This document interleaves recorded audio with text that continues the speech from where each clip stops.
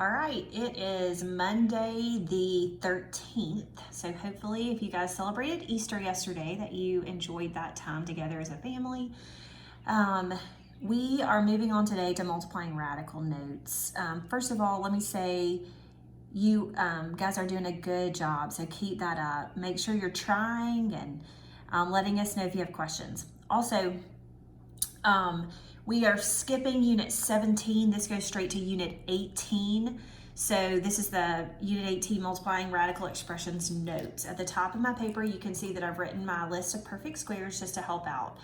Today, what we'll be doing is multiplying first, then we'll multiply and make sure that our answer is simplified. And there are a couple of different ways that we can do that. So I'm gonna start on the first three. You see that sometimes it's easier to multiply first, then simplify at the end. So if I multiply 14 times 2, that gives me the square root of 28. So I'm going to multiply. Now I'm going to simplify this just like we did last week. So that's going to be the biggest perfect square is 4 and then 7. So square root of 4 times 7, so that gives me 2 square root of 7. All right, so again, I'm going to multiply 32 times 2 gives me the square root of 64. So as long as I'm multiplying underneath the radical, it's going to stay under the radical. But the square root of 64 is a perfect square, so that leaves me with 8 as my answer. And then the last one is square root of 3 times the square root of 21, which gives me the square root of 63. That is not a perfect square, so I'm going to simplify it. The largest perfect square is 9. Multiplied times 7. Square root of 9 is 3. So my answer is 3 square root of 7. So that is one way, by multiplying first. All right. Our second way would be to multiply, maybe simplify before we multiply. So our second option is to simplify before we multiply.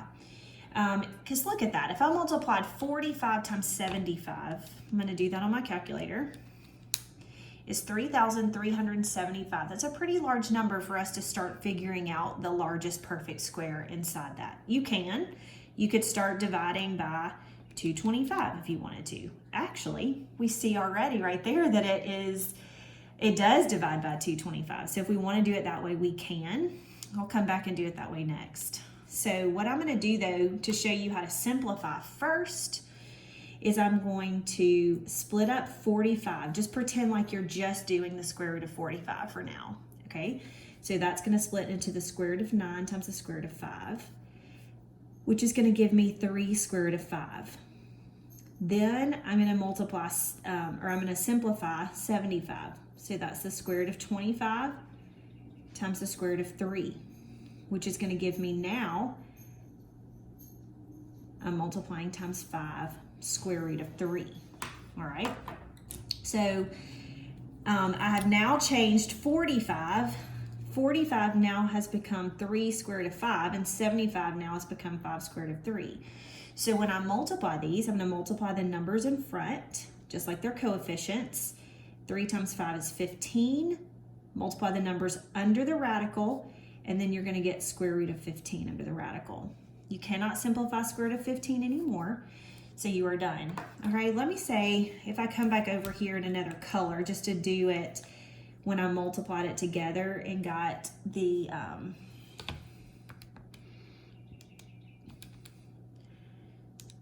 3,375. And I saw that we could split that into square root of 225 times the square root of 15. Because remember, when I divided by 225, I got 15. All right, so then from there, I could also simplify that into 15 square root of 15, because the square root of 25 is 15, and then I just bring down that. So either way you choose to do it is fine. We are not going to expect you to do it one way more than another. All right, on this one, if I simplify this before I multiply, I'm going to split this into square root of 16 times the square root of 2. And then I'm going to split 12 into square root of 4 times the square root of 3. All right, so I'm going to have 4 square root of 2 when I simplify here times 2 square root of 3, which when I multiply the numbers in front, I get 8 multiply the numbers under your radical. 2 times 3 is 6. 6 cannot be simplified any farther, so we are finished. All right, number 6. Let me see if I can zoom in just a little bit to make it easier to see. Number 6, I'm going to simplify the 24. I'm going to do square root of 4 times square root of 6, and then I'm also going to do square root of 9 times the square root of 2. So that's going to be 2 square root of 6 times 3 square root of 2. When I multiply that together, that's going to be 2 times 3 is 6. 6 times 2 is 12. I can't stop there though, because 12 has a perfect square factor in it. I'm going to have to simplify that again. So I'm going to do 4 and 3. When I take the square root of 4, I'm going to have to multiply that times the 6 in front and then the square root of 3. So I have 12 square root of 3 as my final answer. All right, so now we've done both methods. So I'm just going to ask you to go down and go to number 7 and just start simplifying. All right, now number 7 is a one that represents you can do a shortcut on it. Some of you are going to already recognize this, but I want you to start recognizing when you see that you're multiplying the same number under a radical, that you're creating your own perfect square. So what you're doing is when you multiply that together, you're saying that that's the square root of 81. So what is square root of 81? 9. So when it's the same number multiplied under a radical like that, a square root, you can just remove the square root and know that that's your answer. All right, number 8. We start out here and we have numbers in front and numbers underneath. You can simplify 8 if you want to and then multiply, or you can just multiply and then simplify at the end. It's your choice, remember. I'm going to start and I'm going to multiply the numbers in front. 2 times 4 is 8, and then the numbers under my radical, that gives me 80. 80 just isn't too big of a number for me to figure out how to simplify. So once I figure out the largest square root, I know it is 16. 16 times 5 gives me 80. So now I know that I can take the square root of 16, which is 4, multiply it by the 8 in front, and I'm going to get 32 square root of 5 as my final answer. All right, then I'm going to move on to number 9, which is, I see that I'm looking at 18. I can simplify that, and I'm looking at 100, and I go like, oh wow, 100 is a perfect square. So I definitely am going to start by rewriting this as 2 times 10, which would be 20. Because 100 is a perfect square. Square root of 100 is 10. 2 times 10 is 20. All right, so now what I have is 4. It looks like I have 4 times 20, which would be 80 square root of 18.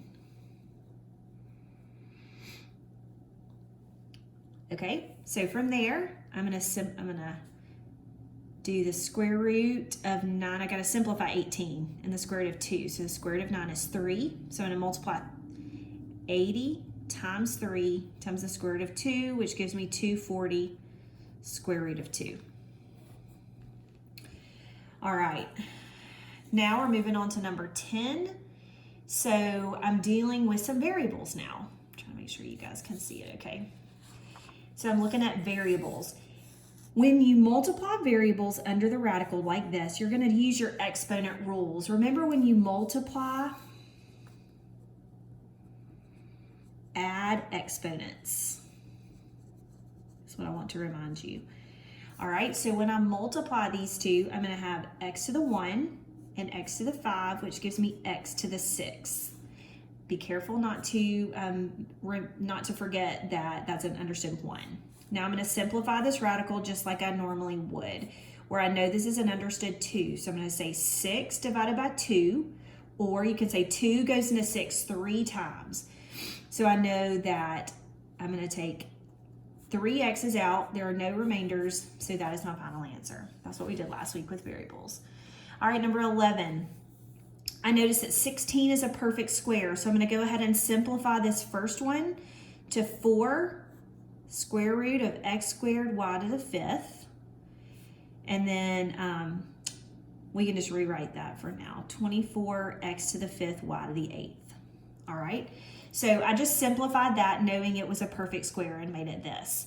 So I'm going to deal with my numbers first and then my variables. So I'm going to go ahead and simplify this 24, and I'm going to make that square root of 4 times square root of 6. So I'm going to pull a 2 out in front and leave the radical under, leave the 6 under the radical. So I've got 4 x squared y to the 5th times 2 square root of 6 x to the 5th y to the 8th. All right, I'm doing this in multiple steps so you can make sure you see what I'm doing. Now I'm going to multiply the 4 and the 2 on the outside, and then I'm going to go ahead and multiply my variables. So on the inside, I'm going to have a 6, x to the 7, y to the 13. Okay, so now on this step, I'm shifting to more focus on my variables.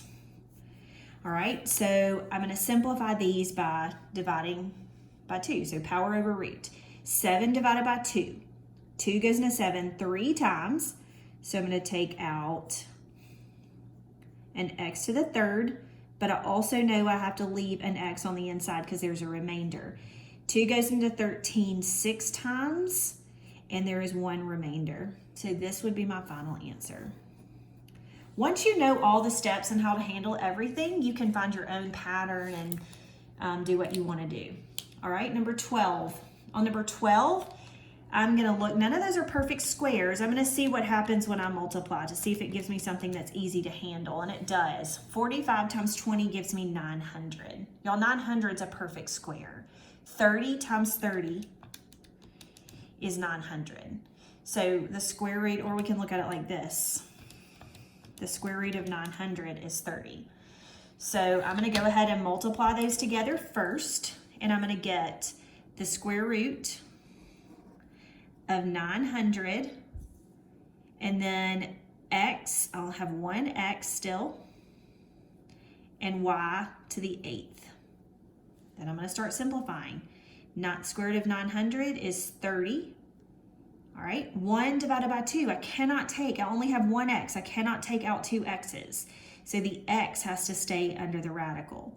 2 goes into 8 4 times, so I take 4 y's out and don't leave any on the inside of the radical.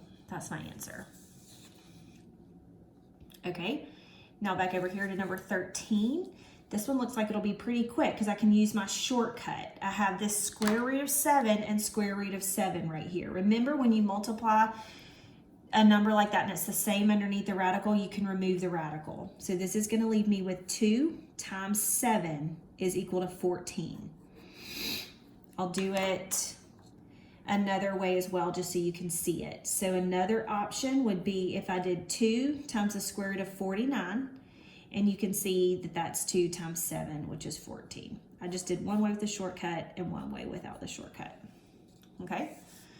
Now we're moving on to this one. It looks like I can't simplify 6 or 2 before I start, so I'm going to go ahead and multiply. 4 times 1 is 4. Then this is going to be 12x to the 10th. So now I'm going to simplify. So if I start simplifying the number, square root of 4 and square root of 3, I know I'm going to take the square root of 4 and multiply it by that. So 2 times 4 is 8. Leave that square root of 3 under there.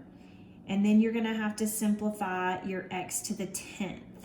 I guess we could do that in a separate step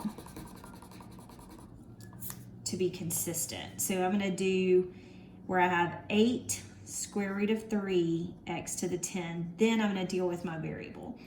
So I'm going to have 8, 2 goes into 10 5 times, and I have nothing left over. So it should be 8x to the 5th and square root of 3. All right, number 15.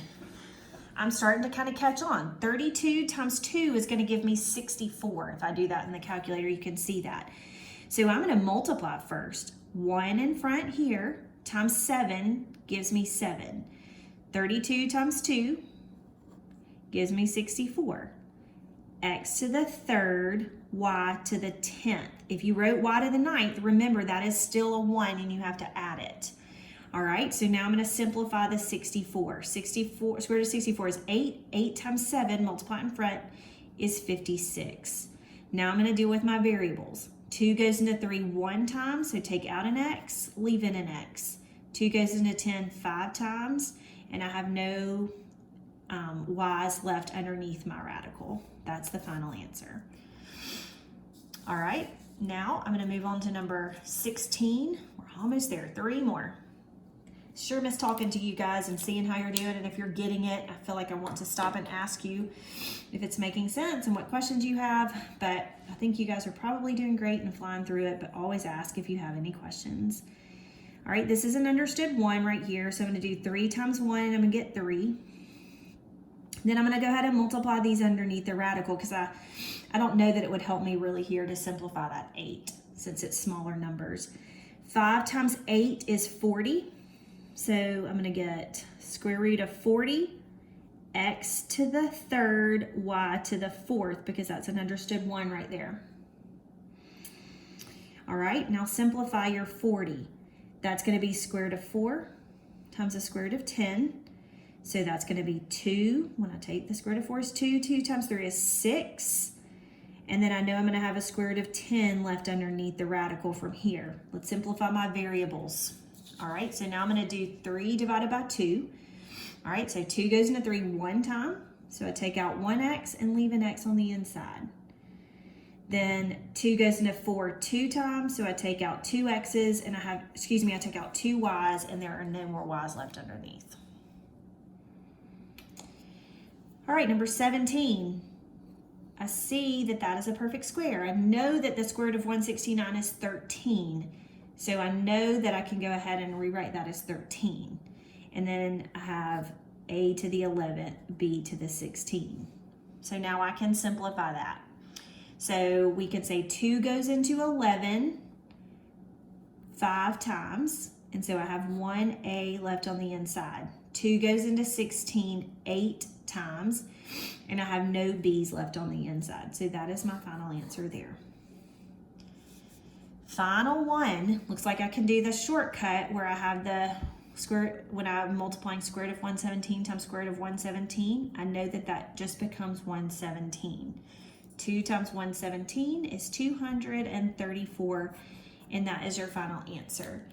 All right, I want you to submit this notes page today. We've done it all together. You have nothing else you have to do on your own today unless you want to rework it again on another sheet of paper. But all you have to do today is submit this note sheet to us. But to let me know that you've watched the whole thing, I would like for you to take a picture with it, and show me your face. I'd love to see your face. So just hold it up to your face, give me a big smile, and submit that on the link that's on Schoology for us today. All right, we will talk to you guys soon. Take care. Bye.